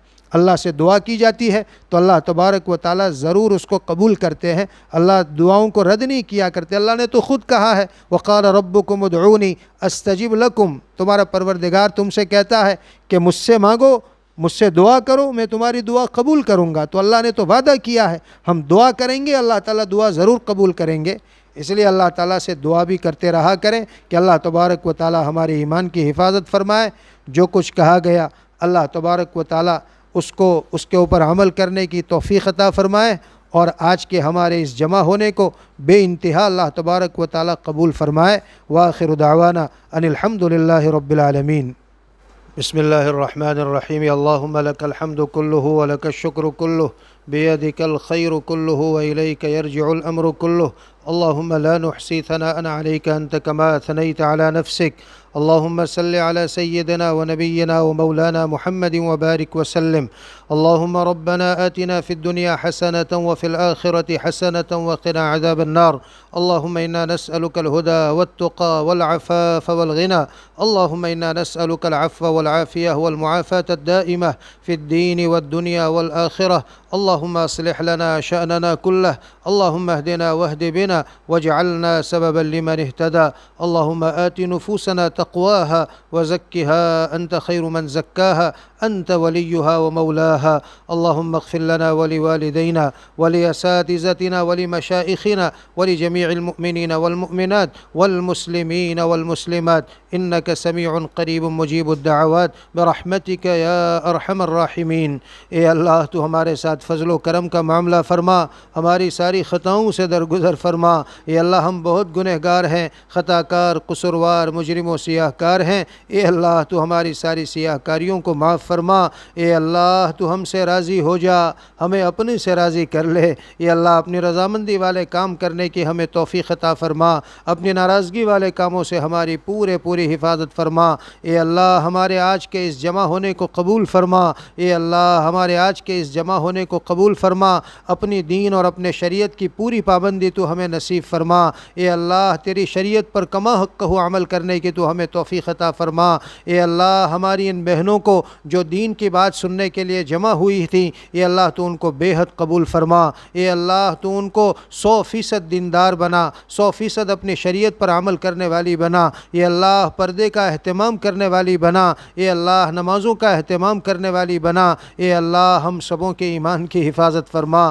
اے اللہ ہم سبوں کے ایمان کی حفاظت فرما۔ اے اللہ آج کے ایمان سوز ماحول میں اپنے ایمان کو بچانا نہایت مشکل ہے۔ اے اللہ اگر تیری نصرت شامل حال نہ ہو، اے اللہ ہم اپنے ایمان کو بچا نہیں سکتے۔ اے اللہ ہمارے ایمان کی حفاظت فرما۔ اے اللہ آج اے اللہ ایمان کو لوٹنے کی کوششیں کی جا رہی ہے۔ اے اللہ مسلمانوں کی متاع گرا مایا ایمان کے اوپر ڈاکے ڈالے جا رہے ہیں، سازش اور منصوبے بنائے جا رہے ہیں، مسلمانوں سے ان کا ایمان چھین لیا جائے، ان کی دین اور ان کی شریعت چھین لی جائے۔ اے اللہ ہم تجھے دشمنوں کے مقابلے میں رکھتے ہیں۔ اے اللہ تو ہمارا حامی و ناصر بن جا۔ اے اللہ تو ہمارا حامی و ناصر بن جا اور امت مسلمہ کے ایمان کی حفاظت فرما لے۔ اے اللہ ان کے دین کی حفاظت فرما لے۔ اے اللہ شعائر اسلامیہ کی حفاظت فرما، ہماری مساجد کی حفاظت فرما، ہمارے مدارس کی حفاظت فرما، ہمارے مراکز کی حفاظت فرما، ہماری خانقاہوں کی حفاظت فرما۔ اے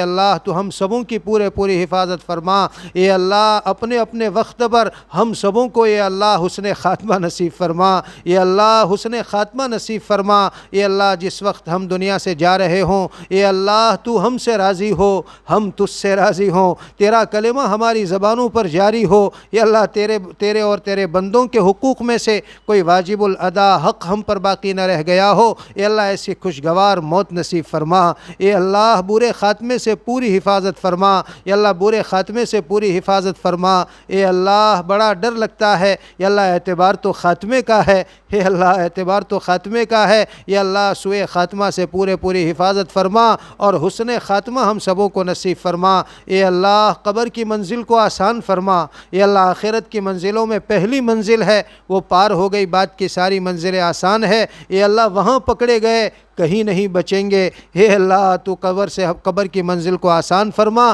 اور عذاب قبر سے ہماری پوری حفاظت فرما۔ میدان محشر کی ہولناکیوں سے پوری حفاظت فرما۔ اے اللہ اس دن سورج سوا نیزے پر ہوگا، ہر شخص اپنے کیے کے بقدر پسینے میں ڈوبا ہوا ہوگا۔ اے اللہ اس دن تیرے عرش کے سائے کے سوا کہیں سایہ نہیں ہوگا۔ اے اللہ اس دن ہمیں عرش کا سایہ نصیب فرما۔ اے اللہ اس دن ہمیں تیرا سایہ نصیب فرما۔ اے اللہ اس دن ہمیں تیرا سایہ نصیب فرما۔ اے اللہ جنت کے اندر دخول اولین نصیب فرما۔ اے اللہ جنت کے اندر دخول اولین نصیب فرما۔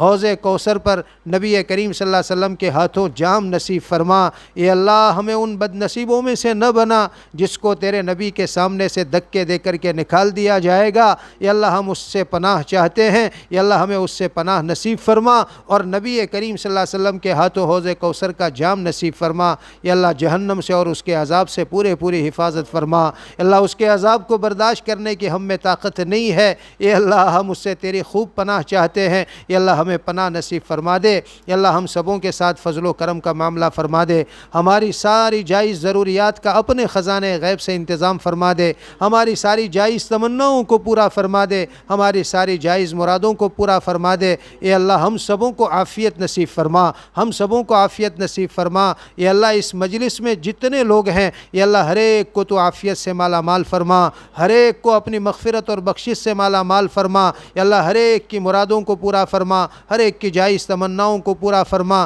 اے اللہ جو جس پریشانی کا شکار ہو اے اللہ اس کے اس پریشانی کو ختم فرما۔ اے اللہ بہت سے لوگ گھریلو جھگڑوں کا شکار ہیں، اے اللہ جھگڑوں کی وجہ سے ان کے گھر جہنم بنے ہوئے ہیں، اے اللہ ان کے جھگڑوں کو ختم فرما کر ان کے گھروں کو جنت کا نمونہ بنا دے۔